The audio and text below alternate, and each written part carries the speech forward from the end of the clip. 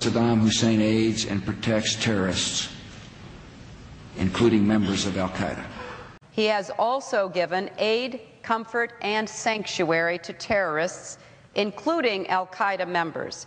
All options are on the table. My good friend, Senator Obama, that's a very provocative statement. You previously said that all options are on the table with respect to Iran. And I think that it's important for people to reflect on the real meaning of that you're setting the stage for another war. Iran is an adversary. Their pursuit of nuclear weapons poses a grave threat to us. If Iran had a nuclear weapon, it would be a dangerous threat.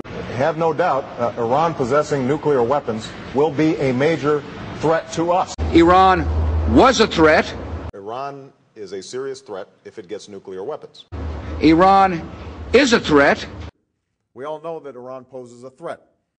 And Iran will continue to be a threat. Iran is a grave threat, major threat to us and to the region. I understand that, but they're in the process of developing it. And will keep trying to develop nuclear weapons. But they're in the process of developing it, and I don't think that's disputed by any expert. They are the largest state sponsor of terrorism. The state sponsor of terror. State sponsor of terrorism. It is disputed Hezbollah by and Hamas. The enemies that we're going to have to fight is not just terrorists, it's not just Hezbollah, it's not just Hamas. They are the largest state sponsor of terrorism. It is disputed Hezbollah by and Hamas. The enemies that we're going to have to fight is not just terrorists, it's not just Hezbollah, it's not just Hamas. The enemies that we're going to have to fight is not just terrorists, it's not just Hezbollah, it's not just Hamas. The enemies that we're going to have to fight is not just terrorists, it's not just Hezbollah, it's not just Hamas. Ending our nukes. Who the hell are we going to nuke? Senator, tell me, Barack, who are you want to nuke? I'm not planning to nuke anybody right now. It's disputed Hezbollah by, and Hamas. It is disputed. And there is no contradiction, Dennis, it is between... disputed. Let me finish. If we have nuclear proliferators around the world that potentially can place a nuclear weapon into the hands of terrorists... Secretly and without fingerprints, he could provide one of his hidden weapons to terrorists. He's President Bush's 9th cousin once removed. Cheney's cousin Barack Obama is also Bush's 11th cousin. Discovered is that Dick and Barack Obama are 8th cousins. What? Is that an amazing thing? That old Beach Boys song, Bomberan? Bom, bom, bom, bom. When I search John McCain on YouTube, the biggest thing that comes up is you singing Bomb, Bomb, Bomb, Bomb, Bomb, Iran. 744,000 hits, in case you haven't checked it recently. Are you proud or embarrassed of that? I'm proud. They would establish a theocracy on this earth. If you think you're going to engage the United States military, then be prepared that the next thing you see will be the gates of hell. Let us never kid ourselves. We are in a world war.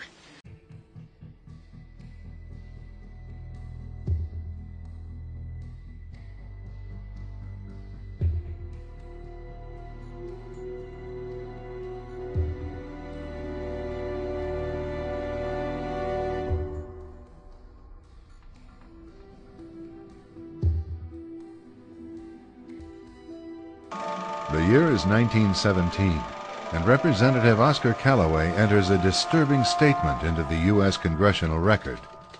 The statement reveals why J.P. Morgan interests hired 12 high-ranking news managers. They were to figure out how many news organizations it would take to control generally the policy of the daily press of the United States. An agreement was reached. The policy of the papers was bought, and an editor was placed at each paper to ensure that all published information was in keeping with the new policy. Soon, that policy would be defined by a front group formed by J.P. Morgan and his colleagues, the Council on Foreign Relations. Today, the CFR maintains that its goal is to increase America's understanding of the world. For 2 years, Professor Carroll Quigley is allowed to examine the confidential papers and secret records of this network. Quigley reveals that these men aim to create a world system of financial control in private hands, able to dominate the political system of each country and the economy of the world as a whole. In short, they seek total and quiet control of the entire world, and the CFR is their most visible conduit for carrying out that agenda. CFR members include America's wealthiest tycoons, as well as the highly placed elite in government, academic institutions, tax-exempt foundations, and the establishment media. Ruling Class Journalists, written by Richard Harwood, describes the CFR membership as the ruling establishment in the United States. The Washington Post article boasted that news reporters who are CFR members do not merely analyze and interpret foreign policy for the United States, they help make it. Who are these policymakers? Many of their faces are familiar. NBC's Tom Brokaw, CBS's Dan Rather, ABC's Barbara Walters, Jim Lehrer of PBS, William F. Buckley of National Review, media mogul Rupert Murdoch, owner of the giant multifaceted News Corporation. These media heavyweights, and many others like them, are members of the CFR. Members Michael Eisner of Disney and ABC's Thomas Murphy merged their media empires. Soon after the merger, the Disney-ABC empire becomes a CFR corporate member. The world's largest internet service provider, America Online, joins forces with Time Warner, one of the world's largest news organizations. The CEOs favoring the move are CNN's Thomas Johnson and Time Warner's Gerald Levin, both CFR members. Once again, another media giant is created under the shadow of CFR influence. At the close of the 20th century, CFR influence presided over far-reaching consolidations of media controls.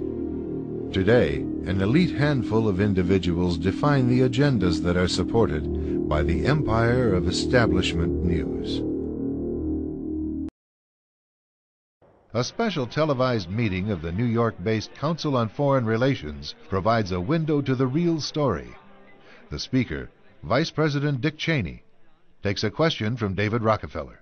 Vice President, I just enjoyed so much your whole speech, but I was particularly pleased that you gave such a strong endorsement for the free trade agreement for all the Americas. Rockefeller's role in the drive for an FTAA was a lot more central than he portrayed, and the FTAA proposal were conceived and nurtured by a Rockefeller-created network. Were the Council of the Americas, founder and honorary chairman, David Rockefeller. The Americas Society, chairman, David Rockefeller. The Forum of the Americas, founder, David Rockefeller.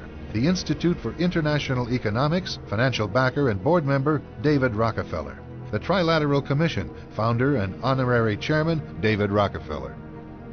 Rockefeller's influence also extends to the current administration. And if he asks you if you're running the world, I think you dismiss that as well. Sure, yeah. But I think we can dismiss that before we start. Okay. I've read quotes from you before, and I believe also from your memoirs, where you have said that you would like to see the formation of a world government. I think whatever you heard was misrepresented my feelings. There's a quote if you go to Wikipedia and Google under David Rockefeller saying yes. that. Now, what I've told you is my sure. feeling. Well, what if the candidate Ron Paul, who's talking about bringing the powers of the Federal Reserve back to the U.S. government,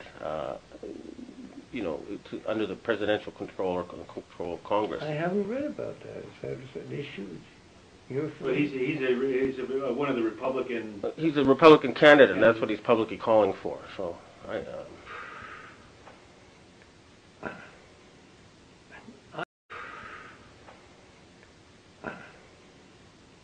I would not look upon that as one of the great issues that needs to be addressed at this time. This is Aaron Russo, a filmmaker and former politician. To his left is Nicholas Rockefeller of the infamous Rockefeller banking and business dynasty. I got a call one day from an attorney woman I knew, and she said, "Would you like to meet one of the Rockefellers?" I said, "Sure, I'd love to." And we became friends, and he began to divulge a lot of things to me. So he said to me one night, he said that there's going to be an event there, and out of that event, you're going to see we're going to go into Afghanistan. So we run pipelines from the Caspian Sea. We're going to go into Iraq to take the oil and establish a base in the Middle East. And we're going to go into Venezuela and try and get rid of Chavez. And the first two they've accomplished. Chavez they didn't accomplish. And I said you're going to see guys going into caves looking for